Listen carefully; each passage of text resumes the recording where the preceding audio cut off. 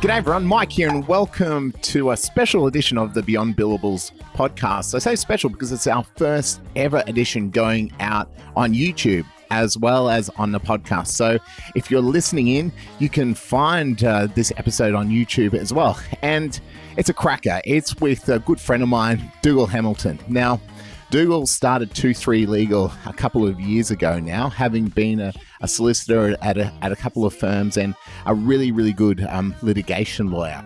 And he's got a great story for anyone who's looking to start their own practice and go their own way.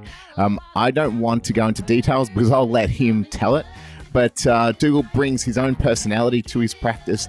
He brings something that he really loves to his practice, and he's growing it now. So it's been awesome seeing him go from start to a growth stage in the firm. And we speak about how he's done that and the struggles along the way and all the positive things he's learned along the way. So thanks for listening and thanks for watching over on YouTube. On with the show. Dougal, welcome to the Beyond Billables podcast. Cheers, Mike. Good to be here. As the founder of 2-3 Legal, you're one of a new wave of law firm founders who are embracing innovation and technology, not just to talk about it, but actually doing it in your practice. How have you gone about that? Starting a firm of one that's now a firm of two and a growing firm. I think when I sort of started to consider moving out on my own, I really went into like a heavy analytical mode. I mean, lawyers are pretty good at critical analysis anyway. So I started looking at the things that the firm was doing in general, like the firms I used to work at and what I liked about their systems, what I didn't like. And the first thing I really noticed was paper is one of the most expensive resources law firms use. So I started looking at ways to get rid of paper, and that sort of led me really heavily into the technology route. And then I started looking at better practice management solutions, better systems, better processes, and that sort of really spurned quite a bit of a passion for legal technology, but technology in general. So investing in the infrastructure early on in the technology really allowed me to, I guess, create something that was mobile, but then able to grow pretty easily as well. I'm interested in how you took a real practical need when you're starting a business and wanting to, embrace being paperless. And then I know that with your practice, you have started to do more, technology related work like cyber work and so forth. And that's really interesting for someone who's been practicing how long now? 10 years? About 10 years, yeah. Yeah. So how have you found that, I guess, new passion for something new? It really, the cyber stuff particularly, really came out of sort of understanding risk and fear within law. So I think the two biggest risks in law at the moment for survival are cybersecurity and mental health risk. Cybersecurity is probably one of the largest risks for all industries, but law particularly, given the amount of sensitive information and, how easy a target we can be if we don't have good processes. So it's sort of born out of that need and a little bit of fear that if I didn't get it right, then, it's an all or nothing bet sort of thing. And then that sort of spurned a little bit of a realization that, and a bit of a passion for, okay, technology is the future. We're locked into that. We've made decisions over the past 30, 40 years that have set us on a course where we are integrating our entire lives in technology. We've got home automation. We've got voice assistants. Your phone is constantly recording audio for various number of applications. So understanding that risk, but then also being excited about the prospect of what you could do with this technology. Home automation, for example, is something that I find quite enjoyable, being able to walk in and tell my home automation to turn on my lights or to turn on the TV sort of thing, or to play music from Spotify. That stuff's really sort of intrigues me. And then you start to think about, okay, well, how can we then harness that within the law? So I've been doing some consulting work for some artificial intelligence companies, a few blockchain sort of interesting stuff, but not so much down the legal sector, more in helping them understand where their risks in the market could be, and then helping them from my technological passion work out where, as a consumer, particularly in the AI sphere, where improvements could be made. Yeah, but that's a huge part of disputes practices moving forward, making sure disputes don't happen and using your skills of seeing where the red flags are, helping business set up process to avoid that. Oh, definitely. I think one of the best ways to prevent litigation is from day one, and starting to think about, if everything goes wrong, what do I have in place to protect myself? The amount of times I've had clients come and you sort of look and go, or even say to them, look, if you'd spent some money in the beginning setting up your commercial structure or setting up the way you like to do, you wanted things to run, but then also realizing that, hey, I'm going into business with my best friend or my family, and not putting in structures for exit plans and things like that. When you don't have those discussions or make those decisions early on, the cost at the back end is astronomical compared to what you could actually have protected yourself for. Yeah. So with cyber, it's interesting you put it in one of the top two problems. What are the problems that you see most of the time that businesses have with their cyber preparedness and law firms have?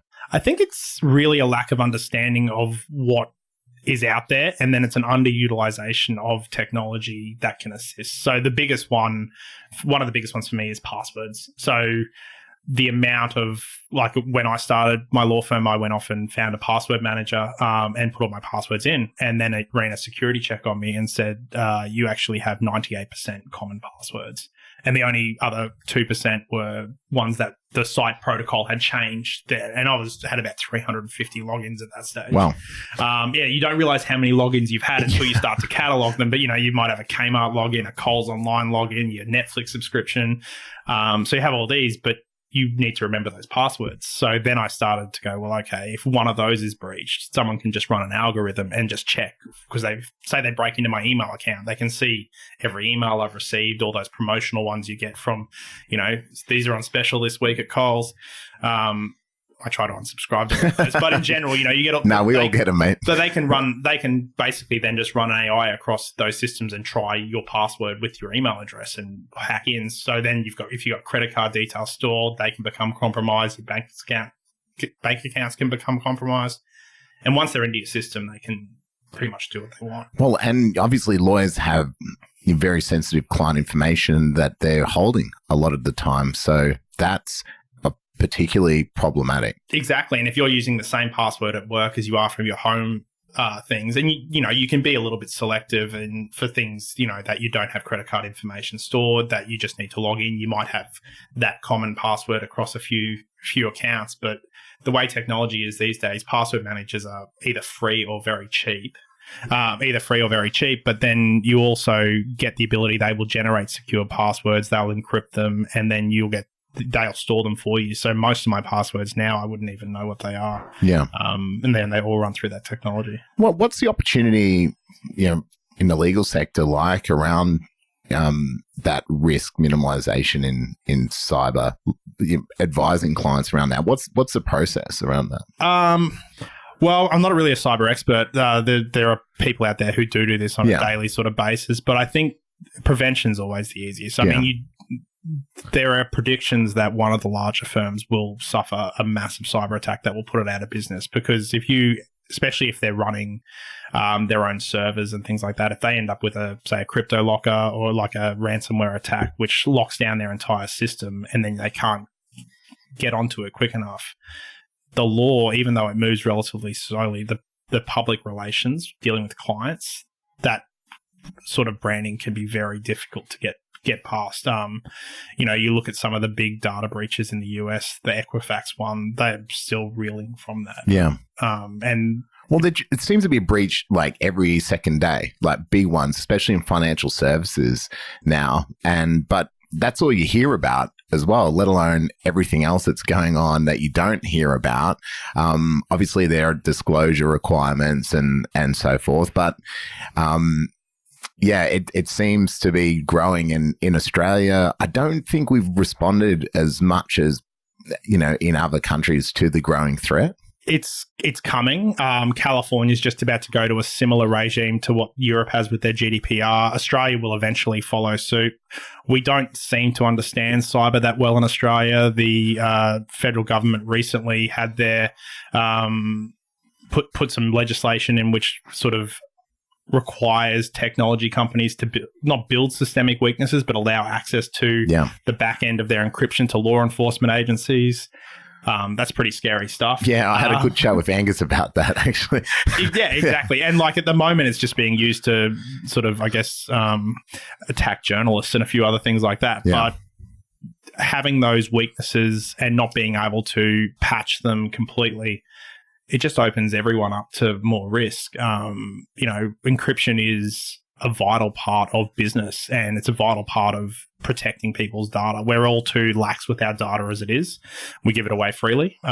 You get benefits from that, but we're giving away so much free data these days that you need to start taking your own protective measures for that, and things like password encryption, running a VPN, just being sensible about what information you store. So personally, I don't save credit card details in any website now.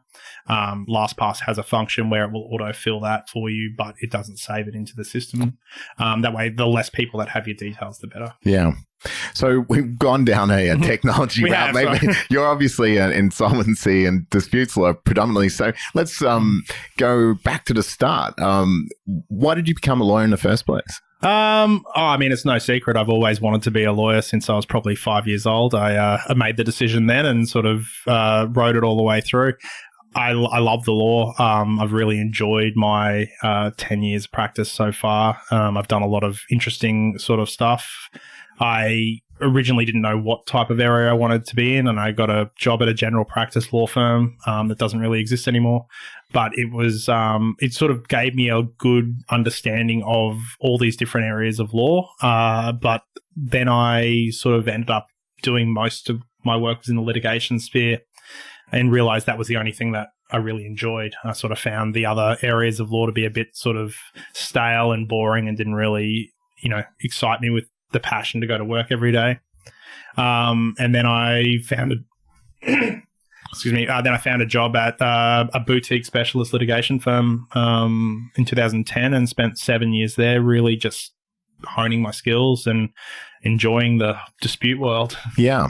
What do you enjoy about disputes? I think it's that when it's such a specialized area, but it's also something that gives you a bit more flexibility to do. Like with drafting a contract, it must be done in a certain way, whereas with disputes there are a whole range of ways to resolve something. You can take a very aggressive tactical approach just to continually attack and sort of wear someone into submission that way, but you could then also take the flip side of more of a commercial approach, and it really depends on what the client needs and wants, but then also what the matter allows you to do. Sometimes you're on an absolute loser of a matter and you need to take that very sensible commercial route to buy your way out of your risk. But other times you might have such a solid case that you're like, well, it's really up for them to take the commercial route and we need to be a bit tactical about this and sort of have a few tactical airstrikes and take out a few of their sort of key leverage positions to put yourself in a better position.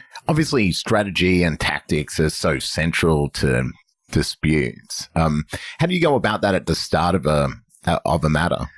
I think the real thing that clients, and a lot of clients don't like to do this because it's sort of a big upfront cost, but I really like to do the game plan advice.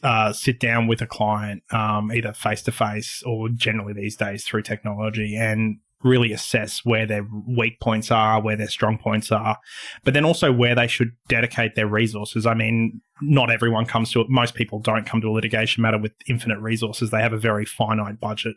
They might not even be able to articulate how much they're willing to spend or that they want to spend, but it's usually less than what they will have to spend. Yeah. So it's trying to identify those key areas where you're either at your strongest and you should put money into those strengths, or where you're weak and you need to bulk those areas up. But you don't want to spend, you don't want to go and get the gold standard for every single piece of work. Sometimes you're like, well, yeah, we can sort of do this as a bit cheaper on this area because it's not that integral to the case or the matter sort of thing. Yeah. So you went out on your own. Now, 15 months ago? 18 months ago? Started 2017, so 2.5 years. 2.5 years? Yeah, no, time flies, it goes crazy, right? It's just, that's insane. 2.5 years is, just flown by. So why? Why did you decide to to bite the bullet? And it was a little bit of a combination of I was a bit disenfranchised where I was. I wanted something different that wasn't the traditional sort of practice of law. I went out to market and interviewed and got pretty advanced in some discussions with some law firms to start their litigation and insolvency team in Brisbane. But nothing sort of really fit the way I wanted to sort of practice and what I wanted for the rest of my sort of career. And then I started to run some figures, and, insolvency gives you some financial skills, not a lot, but you sort of see all the bad side of things and you sort of navigate your way around that. But that allowed me to sort of run some figures and went, okay, I can actually financially afford to do this, and I can think if I do it in a certain light way, I can make it sort of work, and sort of haven't looked back. What was the first year like? What did you learn? That I completely underestimated how much time I'd have to dedicate to working on the business. So the administrative side of things, the financial side of things, the planning, strategic side of things, doesn't leave a lot of room for doing the billable work, which pays the bills. So trying to, minimize my touch time with processes and admin, and then learning that you actually have to make decisions all day, every day, because you're the only person, you then lose the ability to make a lot of other decisions in your life. So you get a lot of decision fatigue, and trying to deal with that side of things was an interesting sort of experience, because I'd never had to sort of experience that level of exhaustion or that decision fatigue before. Yeah, that's a really interesting point. It is decision fatigue. It feels like you're putting out fires a lot. For me, a lot of time, I just feel like everything's on fire. Like there's some funny memes, having a cup of tea and the room's burning around you. But if you break everything down, it's all working. But because we tend to be perfectionists and we want things to work easily and be completely on top of it, it feels like, it's not 100% right here and it's not 100% right there. So then it feels like everything's on fire when it probably isn't. It kind of is in our head. And that's, I guess, with lawyers particularly, being a perfectionist lends us to going into the profession, because what you send out the door needs to be perfect. If it's not perfect and you're wrong, then you're on the hook for it. So it definitely breeds a character where it must be perfect, but then that also has its flip side, right? Where you might go home and you're like, well, I want to eat dinner, but I actually can't make the decision to eat what I want to eat tonight. So then you end up ordering comfort food from Uber Eats, or you end up not eating, or you end up just having like eggs on toast because I just can't make a decision. Or sometimes you might be out with dinner with friends and they're like, what do you want to go? I'm like, I don't care, you just feed me right now because I can't make a decision, sort of thing. Yeah. How did you manage the isolation of a sole practice? The first year was pretty interesting. I spent it in the Google room, which is my basement. Started my law firm in the basement. I don't think I'll ever be as large as Google, but I like to think that we started from both the same humble beginnings. But for me, it was really, I invested in my network. So I made time every day or every week to get out, have coffees, have lunches, go to meetings, go to seminars, really sort of invest in the people that are around me. And that was probably the best thing I did, because I grew to meet a whole range of amazing practitioners, both in this new law space, but then sort of outside that. And then that allowed me to tap into their network as well, which then actually helped grow the business. Yeah. It's something that when you have that free time to invest in that. And, when you start a law firm in the beginning, I started with one client. So it's not like I was doing eight billable hours a day sort of thing. I was out there walking the streets, meeting people, trying to get in and out of meetings and sort of just build that network. And that sort of allowed me to, I guess, deal with the isolation and survive it. And then I moved into Little Tokyo 2 for sort of 12, 18 months, which gave me a broader network as well, allowed me to sort of hang out with people doing some pretty cool stuff in the non-legal space, and now being in WeWork as well, in even bigger sort of co-working space. There's just a huge array of different people here. So that's really helped with that isolating factor when you're just a sole practitioner. Yeah. And then I leaned on all my friends and everyone else who I knew was sort of starting businesses and things like that. So the first week you open the doors, hang the shingle out, and you've got it sounds like you had one client.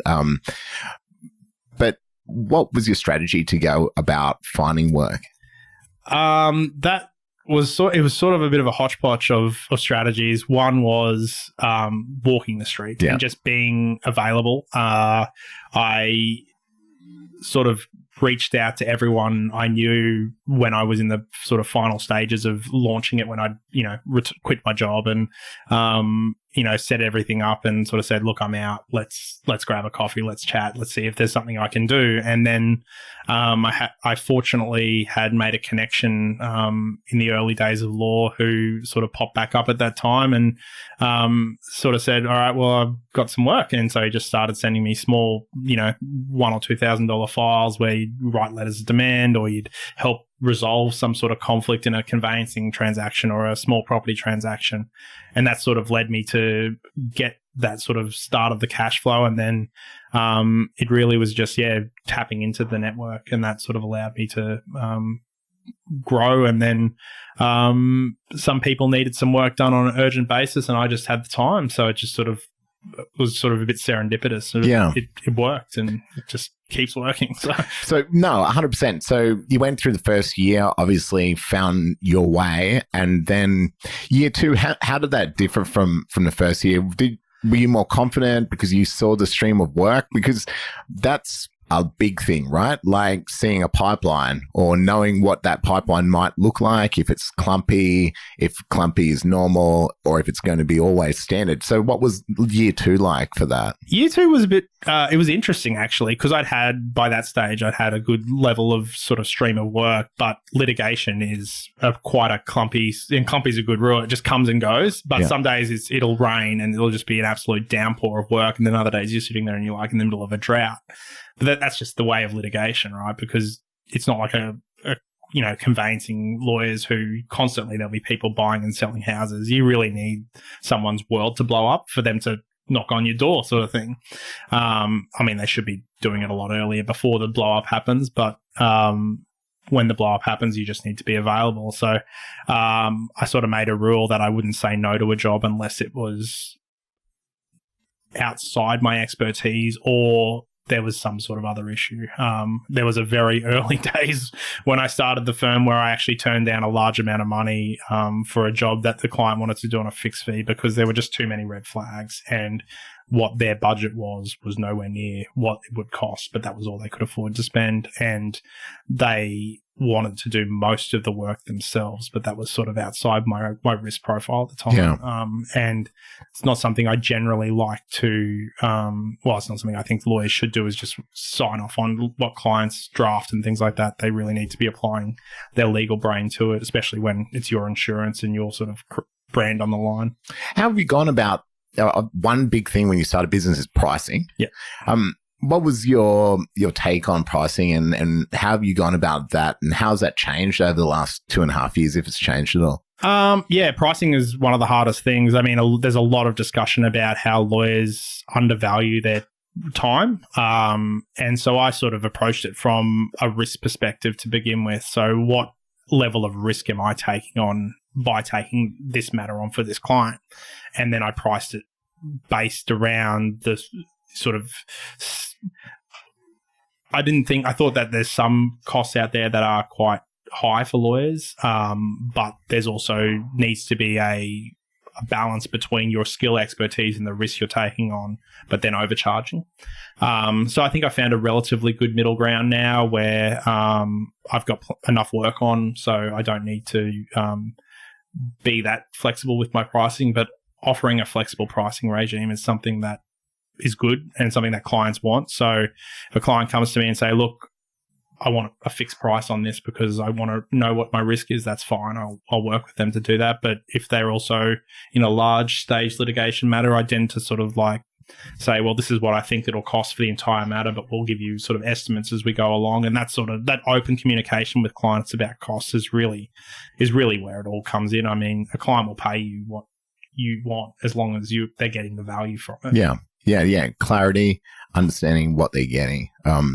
So you start out and you had been in practice before, obviously working for partners, and you're on your own now and you're having to make lots of decisions. But how do you go about the stress of getting things right for clients and managing that? I think part of it is, I was trained exceptionally well and had a lot of really good experience beforehand, so I could tap into a lot of that. But then I also started to realize that I didn't need to do everything, and it was actually cheaper for me to outsource some work to especially young barristers. There are a lot of very talented junior barristers these days who, on an hourly rate basis, you'll get equivalent expertise at half the cost. So I could really tap into that side of the outsourcing regime. I was still, managing the client relationship, managing the interactions with the lawyers on the other side, but it also allowed me to bring in another expert. So we had two legal minds. The client was saving a lot of money because they weren't paying for me to necessarily do everything. But then it also gave me the ability to bounce ideas off someone who had an equivalent level of experience, and then allowed sort of to develop the matters, in a sort of a better framework, but also, cost effectively.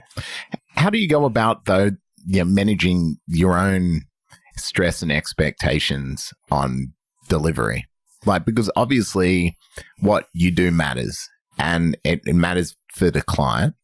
And if you don't have a safety net like you had in a firm, how do you go about that, man? I think part of it is being clear with the clients about what you're about to deliver and what they expect to deliver. A lot of problems that arise with clients arise because the lawyer hasn't necessarily communicated expectations well, either in what work that you're doing for them or what the cost of that work will be.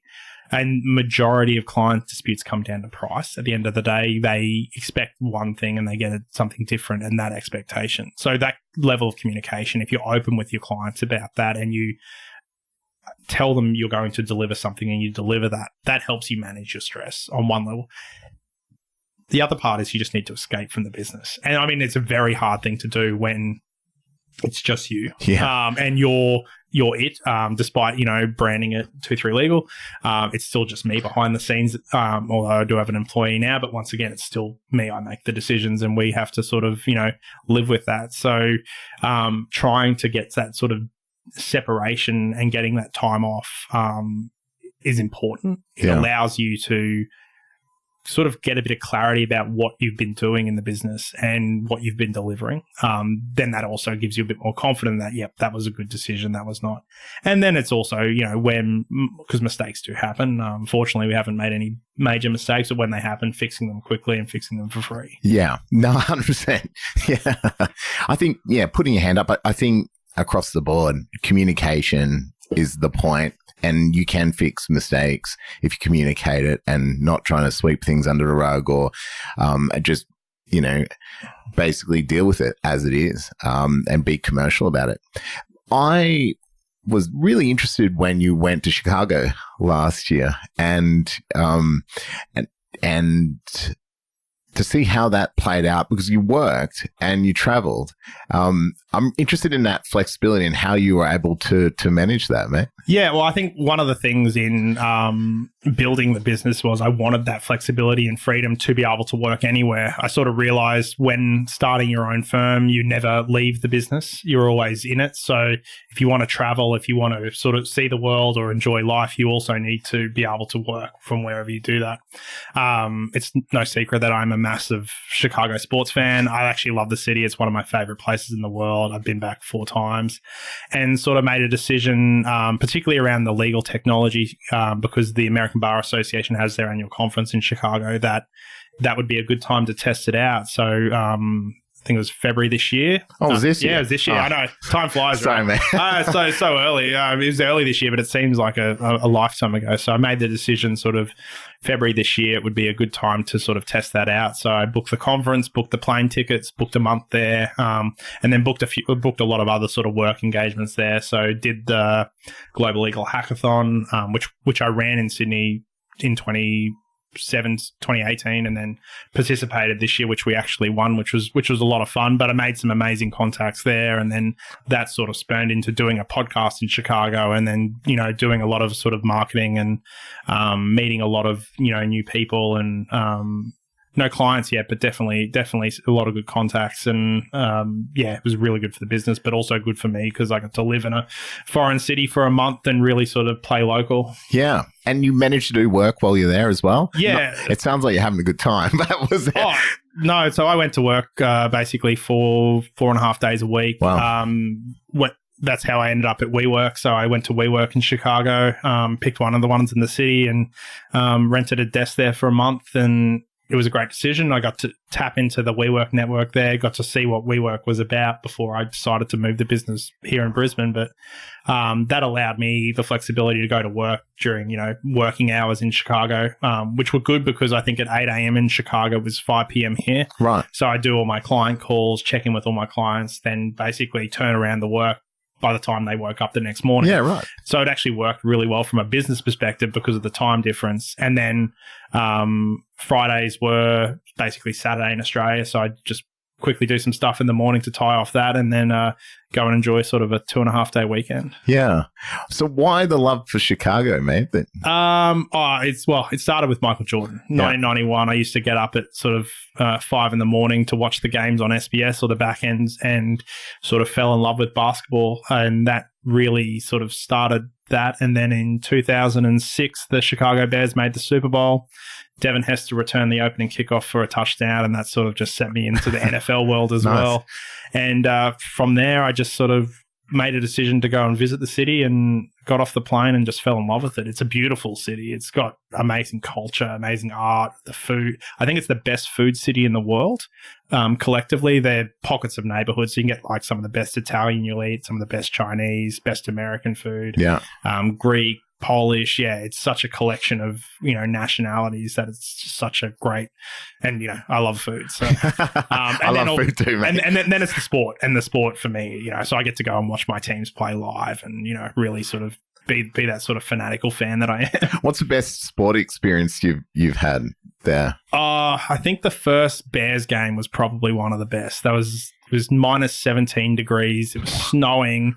I had not planned appropriate clothing, so I was wearing ankle socks.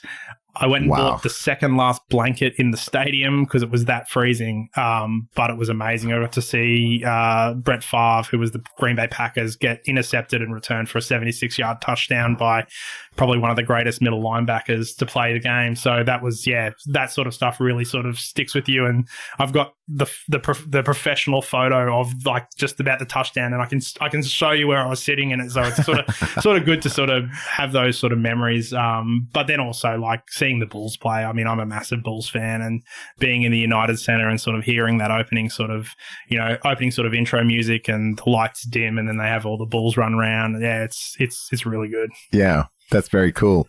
So you mentioned the legal hackathons, and I know you've had a lot to do with the legal forecasts. So tell me about that. Why did you get involved with the legal forecast?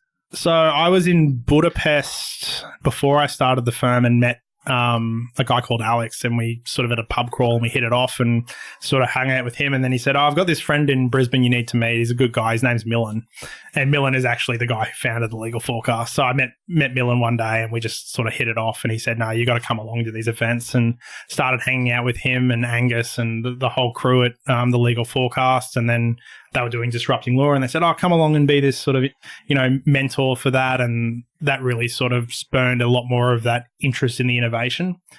What university students were coming up with to innovate law, you're sitting going, okay, why aren't we doing some of this stuff? And that sort of spurned a bit of a passion for that side of things. And then because of that, started tapping into what else was going on in the legal world, and came across the Global Legal Hackathon. And they ran that for the first time in 2018. I thought this would be a really good opportunity for Australia. Well, and I thought for Brisbane at the time, but it turned out it was probably easier to run it through Sydney.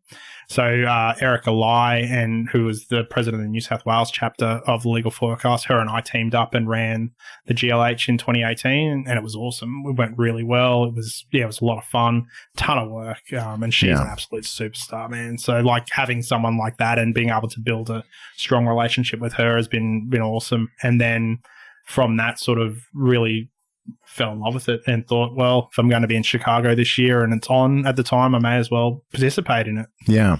Yeah. What excites you about opportunities like that? And I see it as a bit of a wave in the last couple of years of, new law as a term. Okay. It's more thinking about things in a much more open way and actually putting in place, because there's some good businesses that have come out of these hackathons. What do you think is the next phase of it? Like where is this going? It's difficult. Technology is one of those things. It's so hit and miss with what can and will be successful. But tapping into technologies that are out there that law isn't utilizing is where we need to go. And artificial intelligence is an easy one for law. We are processing so much more data these days. Like I think I'm adding something like somewhere between 10 and 20 gigabits of data per month to my phone, which is just getting crazy, right? Yeah. So we're having to process that, especially with large litigation files. We might be processing terabytes worth of data. We can't do that cost effectively these days without using things like artificial intelligence to do a first cull of the documents. You still need to go and forensically review a lot of them, but to be able to cut out 80% of what you're given from a client, because they don't even know what they're giving you half the time. They're like, well, yeah, we've been monitoring all this data. What are we going to do with it? So we as the lawyers sort of need to work out a way to deal with that.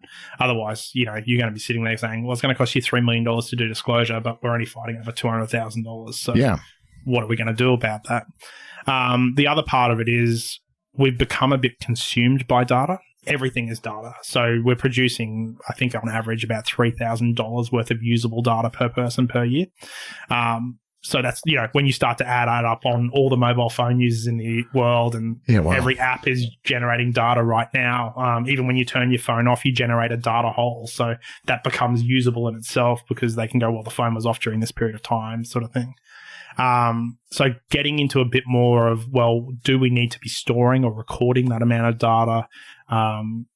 Small data and big data, there's two different sort of concepts. We might need to tap into a bit more small data, stop recording every hour, record once a day sort of thing.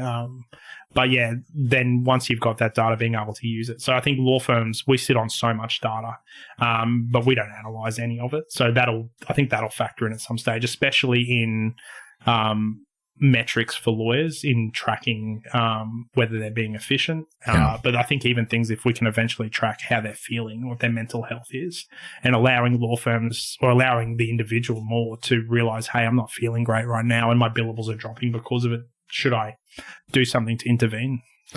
What do employers need to do better? And I think you will have a different view on this now running your own business to support lawyers with their mental health.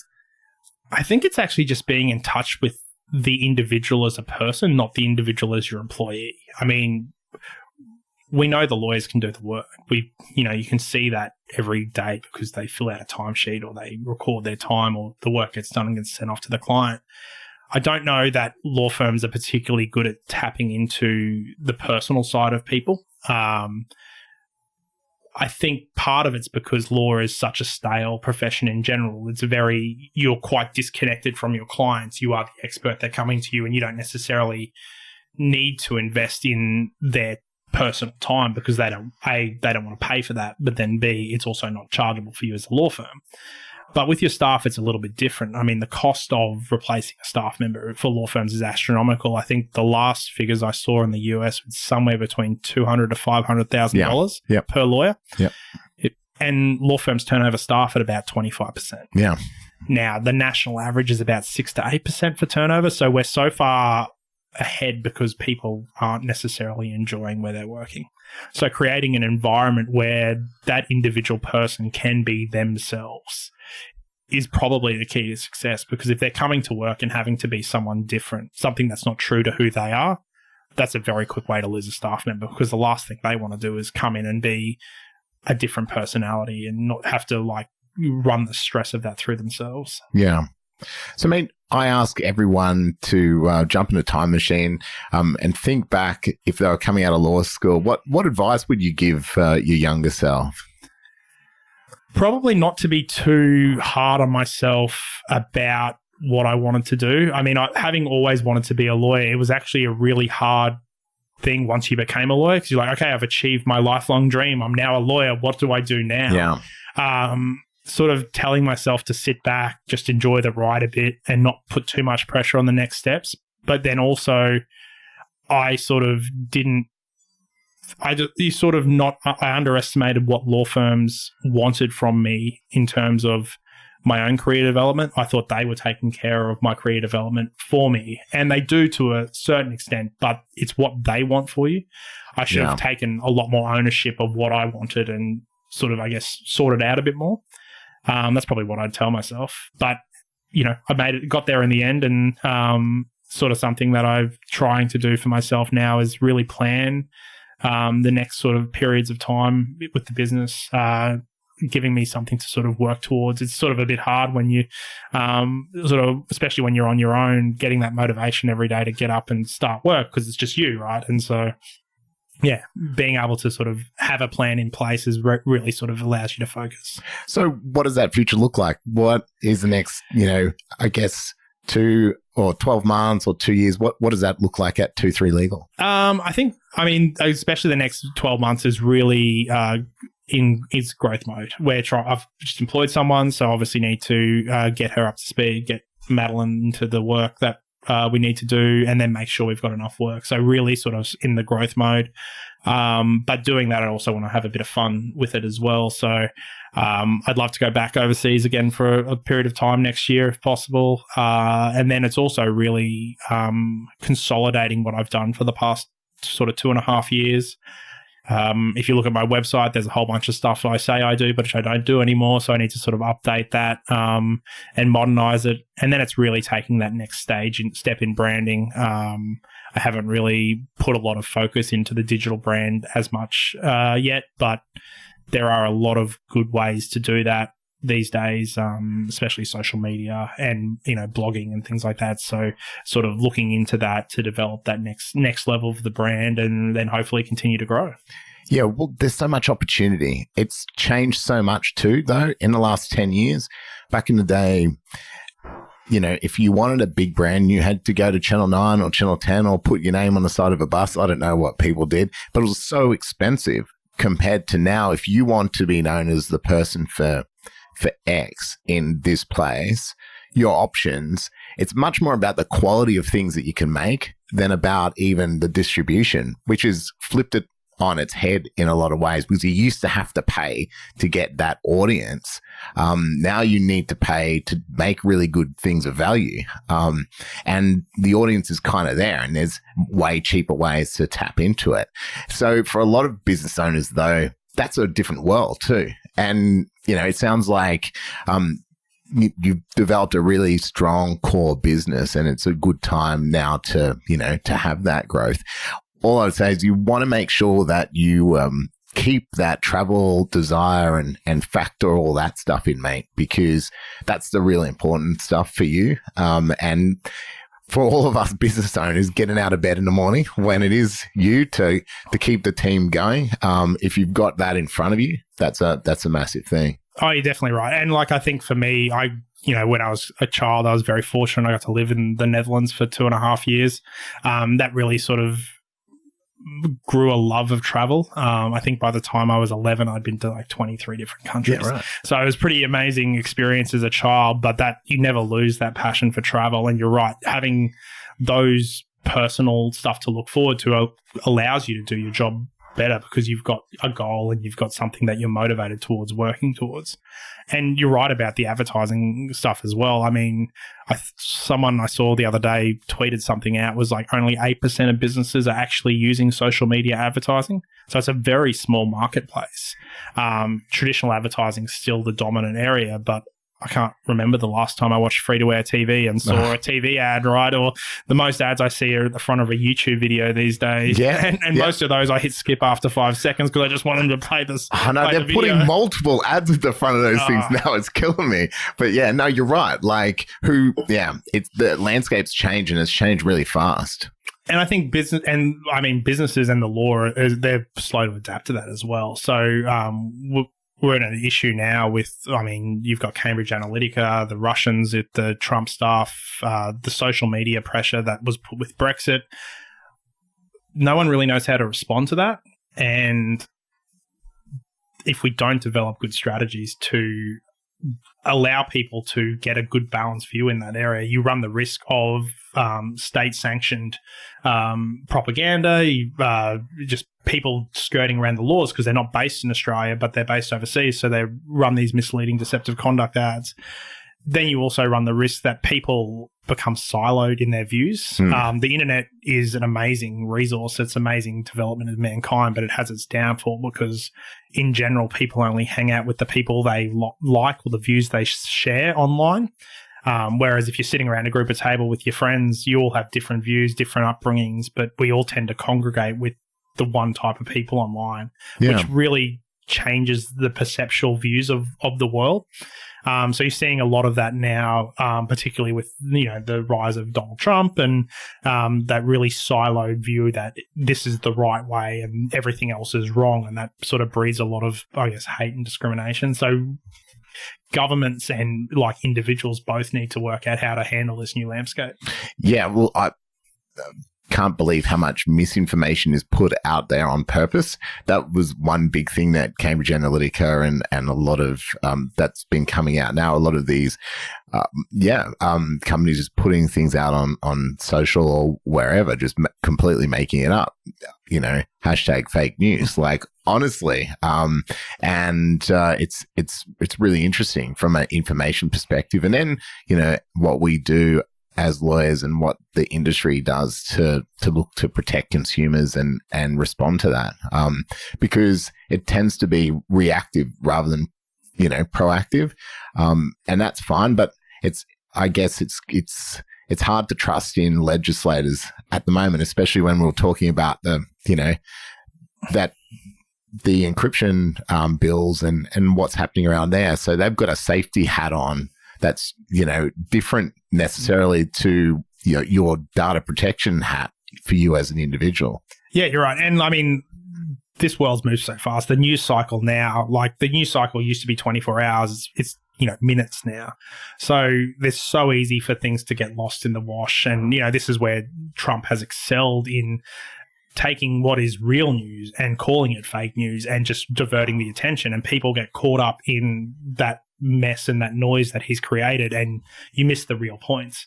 And that's something that we as a society need to enhance our ability to deal with and cut through the noise and go, well, actually, the real issue is this. Climate change is a great one. There's so much noise about what is or isn't happening, whereas we all know that something is happening. So why aren't we doing at least something? Yeah. Who cares whether it's, a 3% increase per year or a 5% increase per year? The point is it's increasing. Yeah. So that ability to cut through that noise and give the general population the ability to make decisions, both at a voting power, but then also decisions in their daily life.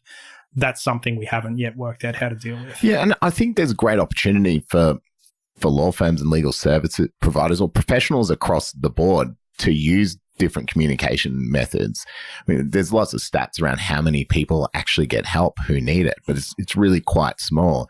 And I guess from an innovation perspective, for me, I kind of get a bit frustrated that the talk is generally around efficiency growth, in efficiencies rather than acquisition and the front end of things, because lawyers are comfortable particularly talking about efficiencies because I'll make better what I'm doing so it's more profitable, as opposed to, how can we use technology to get more clients on, or to be, easy to contact, or for them to want to work with us more, and having more discussions around that, because there's just a massive opportunity there to be that trusted advisor when there is so much misinformation and there are so much questions that people have. Oh, exactly. And I think the difficulty as well, affordability of legal services are probably one of the worst they've been in history.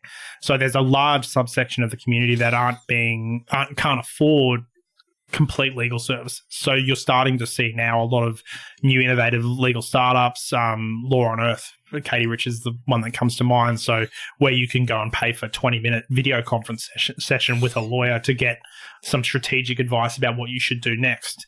And that will become more prevalent, especially with smaller disputes and smaller matters as time goes on. You'll also see a lot of websites or a lot of law firms now or businesses offer free services. So you've got free terms and conditions for websites and stuff that, if people really wanted, they could just copy and paste off another law firm's website. So they're getting those touch points earlier, but then allowing clients to, this is the base. But if you'd like to add on something, we'll charge you for the add-on sort of stuff. Yeah. So, mate, one final question that I ask everyone, what's your secret indulgence? Oh, it's not that secret. I watch too much sport. For me, it's like, the sport is my real indulgence. But I do love American food. So making sort of, pulled pork and those smoked barbecue stuff, that's probably my other secret indulgence. I really love that stuff. So I have my Weber kettle and I sort of, like to flick it on for 16 hours and do a brisket or a pulled pork sort of thing. I love that too, mate. I do the slow cooked lamb. I'm a big fan of that. So, well, look, thanks very much for coming on the show. Not only for coming on the show, you've been a big supporter of me and ours and a good friend along the way. So it's great to finally get this podcast in the can. And I really look forward to how you go about growing your business and scaling that business within, what you want to achieve. No, thanks, Mark. You've been a great supporter of mine as well. So it's been amazing sort of to see your business as well. So it's sort of good to have that sort of great network out there right now. And it's, it's always fun to have a chat. Thanks, mate. Cheers.